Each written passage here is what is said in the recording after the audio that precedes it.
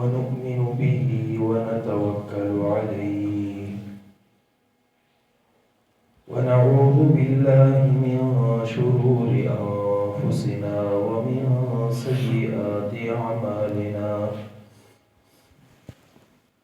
من يهده الله فلا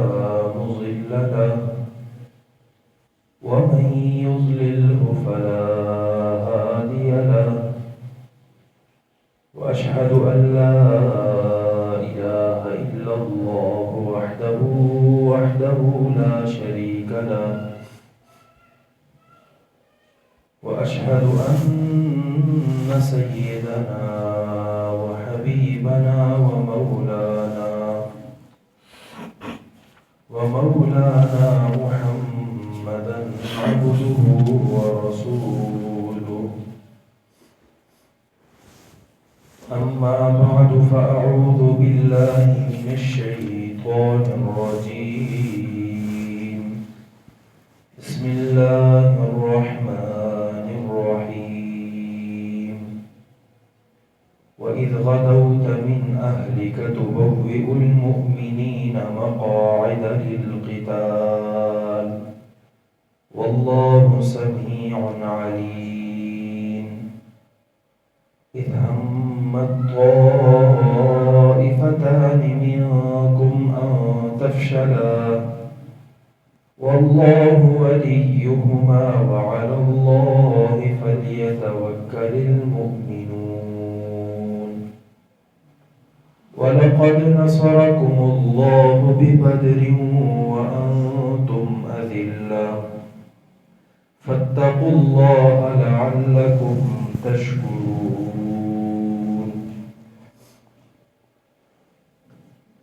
وقال رسول الله عليه الصلاة والسلام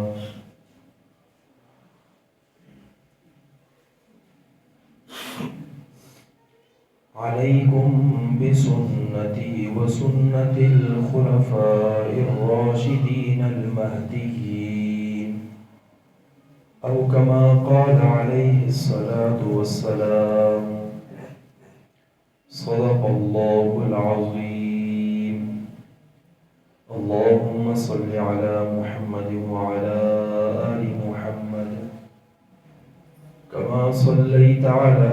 إبراهيم وعلى آل إبراهيم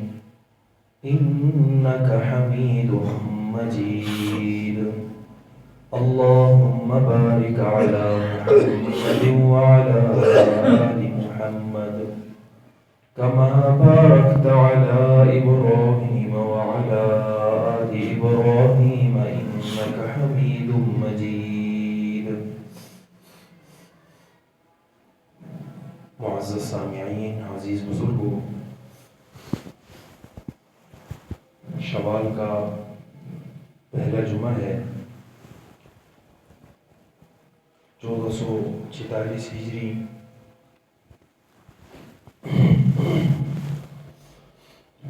تاریخ اسلام کے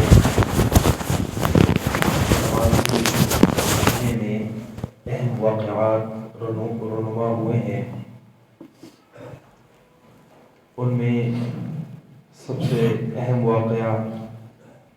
غزوہ احد کا ہے، اور اسی طرح غزوہ بنو قینقاع کا، اور اس کے بعد غزوہ حنین جو ہے وہ اس مہینے میں ہوا ہے، اور اسی مہینے میں آپ صلی اللہ علیہ وسلم نے حضرت عائشہ صدیقہ رضی اللہ تعالی عنہ سے نکاح کیا ہے۔ 1 ہجری میں آپ صلی اللہ علیہ وسلم نے شوال کے مہینے میں حضرت عائشہ صدیقہ رضی اللہ تعالی عنہ سے نکاح کیا، اور 3 ہجری میں غزوہ احد ہوا شوال کے مہینے میں، اور 8 ہجری میں شوال کے مہینے میں غزوہ حنین ہوا، اور غزوہ خندق کے بعد بنو قینقاع کا غزوہ ہوا، اور یہ تمام معرکے شوال کے مہینے میں ہوئے۔ آج کے جمعے میں مختصر اس کی وضاحت کروں گا، اور پھر اگلے جمعوں میں انشاءاللہ العزیز تفصیلاً ایک ایک غزوے کے متعلق گفتگو ہوگی۔ سب سے پہلے ایک غزوے میں حضرت عائشہ صدیقہ رضی اللہ تعالی عنہ اور آپ صلی اللہ علیہ وسلم کے نکاح کا تذکرہ کرتا ہوں۔ آپ صلی اللہ علیہ وسلم نکاح کو انتہائی سادگی سے سر انجام دیتے تھے، اور اس کو اپنی سنت قرار دیا کہ نکاح جتنا سادہ ہو، جتنا اس میں اللہ کے نبی صلی اللہ علیہ وسلم کی سنتوں کی رعایت رکھی جائے، اتنا وہ باعث برکت ہے اور نکاح کو عام کرنے کا پیغام ہے۔ اور احادیث میں کثرت کے ساتھ یہ بات وارد ہے کہ جب بھی 2 جوڑے آپ کو ملیں ایسے کہ جن کی آپ نکاح کروا سکتے ہیں، تو آپ اس میں پہل کرنا افضل ترین عبادت ہے۔ تو اس لحاظ سے یعنی شادی اور نکاح کو اتنا عام کیا جائے کہ معاشرے میں کوئی شخص بے حیائی بدکاری کی طرف آمادہ ہی نہ ہو، اس لیے کہ اس کی ضد بدکاری اور گناہ ہے۔ اور جتنا انسان اپنے معاشرے میں نکاح کو عام کرے گا، اتنا زیادہ معاشرہ بے حیائی سے بدکاری سے وہ اجتناب کرے گا، بچے گا۔ حدیث میں آپ صلی اللہ علیہ وسلم نے فرمایا، یا معشر الشباب، اے نوجوانوں کی جماعت، من استطاع منکم الباءۃ فلیتزوج، جو تم میں سے شادی کی طاقت رکھتا ہے اسے چاہیے کہ وہ شادی کر لے، اس لیے کہ فإنہ اغض للبصر واحسن للفرج، کہ یہ نگاہوں کو نیچے کرنے والا اور شرمگاہ کی حفاظت کرنے والا ہے۔ کہ انسان نکاح کرتا ہے، انسان کا آدھا ایمان جو ہے وہ محفوظ ہو جاتا ہے، اب آدھا ایمان اس کو بچانا ہے۔ اور نکاح کی سب سے بڑی اہم چیز کہ آئندہ کی زندگی میں انسان کی نگاہیں پست ہو جاتی ہیں، وہ غیر محرم کی طرف نہیں دیکھتا۔ اسی طرح شرمگاہ کی حفاظت ہو جاتی ہے، بدکاری سے جو ہے انسان پھر بچتا ہے، اور اپنے لیے حلال کام جو اللہ نے اسے مہیا کیا ہے اسی حلال پر اکتفا کرتا ہے۔ اور جب اسی لحاظ سے سزا میں بھی اللہ رب العزت نے شادی شدہ کی سزا میں بھی سختی ہے بنسبت اس شخص کی شادی، اس شخص کے کہ جو اس نے نکاح نہیں کیا۔ بے نکاح کا اگر وہ سے بدکاری سرزد ہو جائے تو اس کے کوڑے ہیں، 100 کوڑے لگانے ہیں، مسلمانوں کے سامنے لگانے ہیں، حاکم میں وقت لگائے گا۔ اور جبکہ اگر شادی شدہ سے بدکاری سرزد ہو جائے تو اس کی سزا کوڑے نہیں بلکہ اسے سنسار کرتے ہوئے مار دینا ہے۔ اس اہمیت کو واضح کرنے کے لیے کہ شادی شدہ کے پاس حلال طریقہ موجود ہے، اس کے باوجود بدکاری میں اگر آمادہ ہو رہا ہے تو اس کی سزا موت ہے، اور موت بھی وہ دردناک موت کہ پتھروں سے اتنا مارا جائے کہ یہ مر جائے۔ اور بغیر نکاح اس کے لیے اس کے والدین ذمہ دار ہیں، وہ خود ذمہ دار ہے کہ اپنے اندر وہ صلاحیت پیدا کرے اس حیثیت سے کہ اس کی جو ہے نکاح کیا جائے، وہ اپنے اوپر ذمہ داری اپنے اوپر اپنائے۔ تو اس لحاظ سے آپ صلی اللہ علیہ وسلم نے یہ شوال کے مہینے میں جو نکاح سر انجام دیا، اس کے ذیل میں یہ باتیں ہیں۔ سیرت سے ہمیں یہ معلوم ہوتا ہے کہ آپ صلی اللہ علیہ وسلم نے خود شادیاں کی،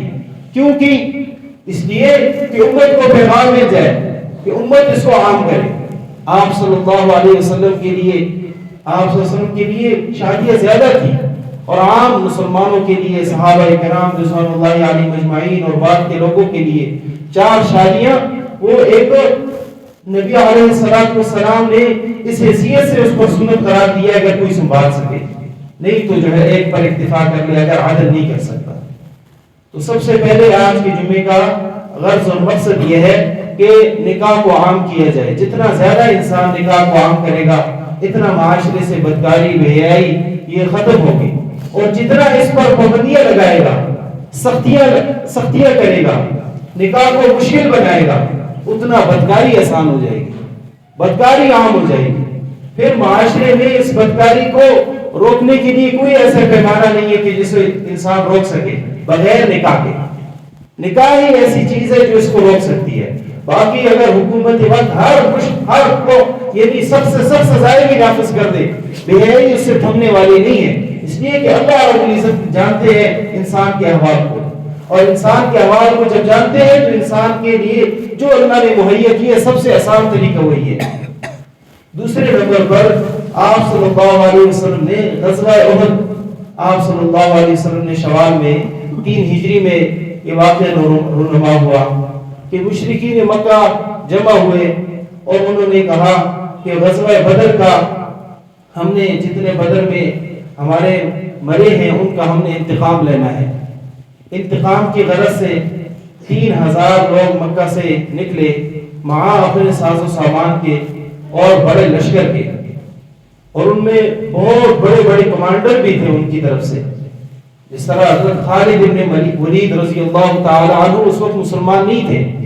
اور اسی طرح حضرت ابو سفیان رضی اللہ تعالی عنہ وہ بھی اس وقت مسلمان نہیں تھے، اور جنگ کی کمانڈری بھی انہی کے ہاتھوں میں تھی، اور یہ آئے اور مسلمانوں کے ساتھ ایک معرکہ ہوا احد کے میدان میں۔ اور احد وہ پہاڑ ہے کہ اللہ کے نبی صلی اللہ علیہ وسلم فرماتے تھے کہ احد یحبنا، احد ہم سے بڑی محبت کرتا ہے اور ہم بھی اس سے محبت کرتے ہیں۔ تو احد کے میدان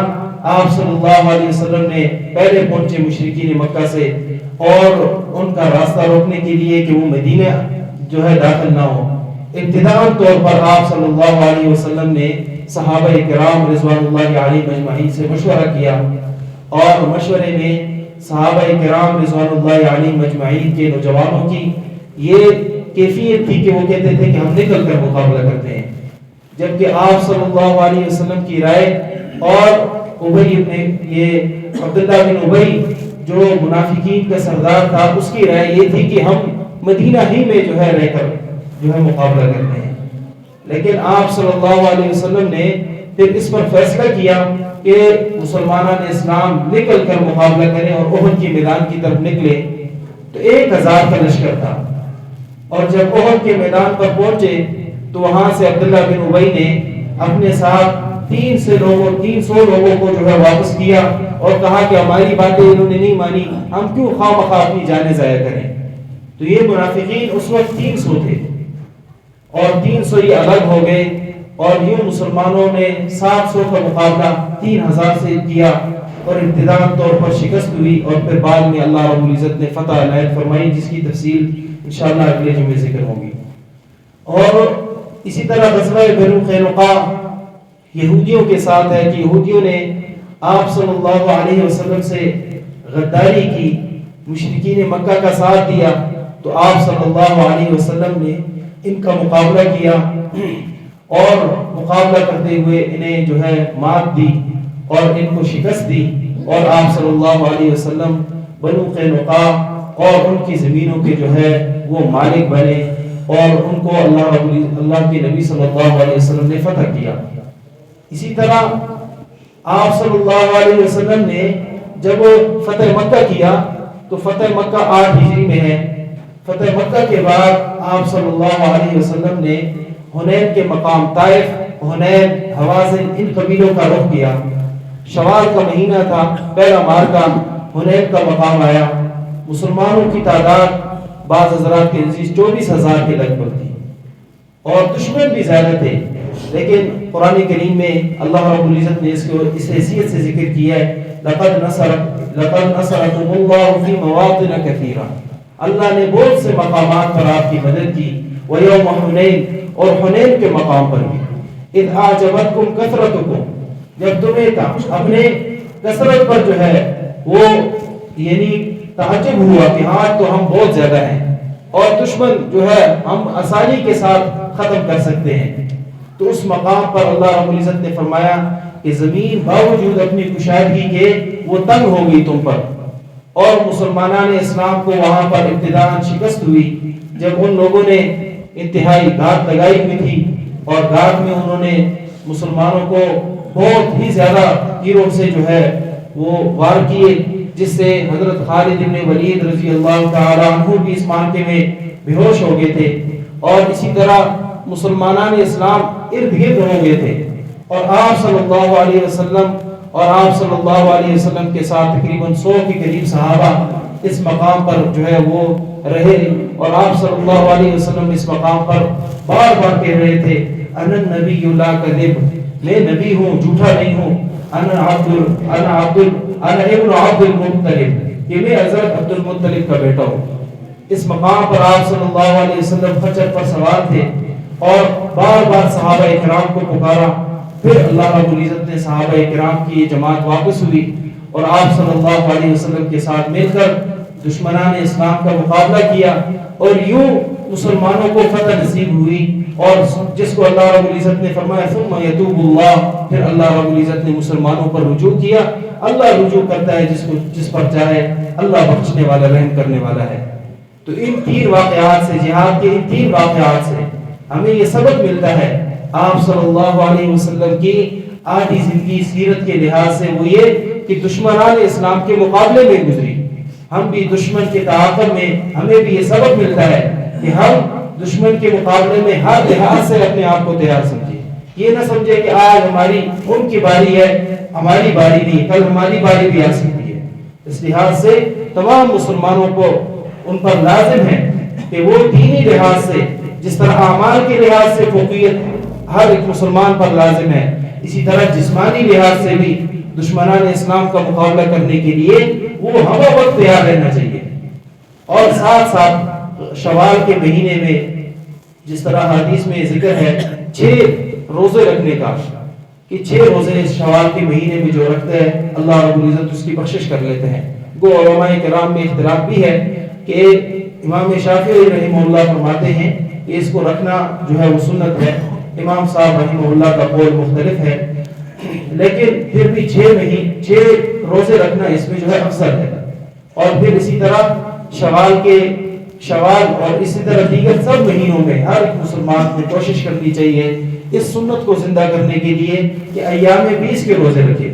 13 14 15 یہ روزے جو ہے وہ اس کو عام کیا جائے، اس سنت کو زندہ کیا جائے. اور اسی کے ساتھ ساتھ آپ صلی اللہ علیہ وسلم ہفتے میں 2 روزے رکھتے تھے، ایک جمعرات کا روزہ اور ایک جو ہے وہ سوموار کا روزہ. صحابی نے پوچھا کہ اللہ کے نبی آپ جمعرات کا روزہ کیوں رکھتے ہیں؟ تو فرمایا کہ اس دن اللہ کے دربار میں میرے سب کے اعمال پیش ہوتے ہیں اور میں روزہ اس لیے رکھتا ہوں تاکہ اللہ کے دربار میں میرے اعمال جب رکھے جائیں تو میں روزے سے ہوں. اسی طرح سوموار کے متعلق صحابی نے پوچھا کہ اللہ کے نبی آپ سوموار کو روزہ کیوں رکھتے ہیں؟ فرمایا اس دن میں پیدا ہوا. تو اس حیثیت سے یہ بھی مستحب اور سنت درجے کی جو ہے روزے ہیں، ان کو بھی اپنانا چاہیے. کسی نہ کسی درجے میں ان روزوں میں ہر مہینے میں یا تو ہمیں ایام 20 کے روزے رکھ لے جو آپ صلی اللہ علیہ وسلم سے تواتر سے ثابت ہے، اسی طرح سوموار کا روزہ، اسی طرح جمعرات کا روزہ، اسی طرح ہر عمل کو جو ہے وہ سر انجام دیا جائے. اللہ مجھے بھی اور آپ کو بھی عمل کی توفیق نصیب فرمائے. وآخر دعوانا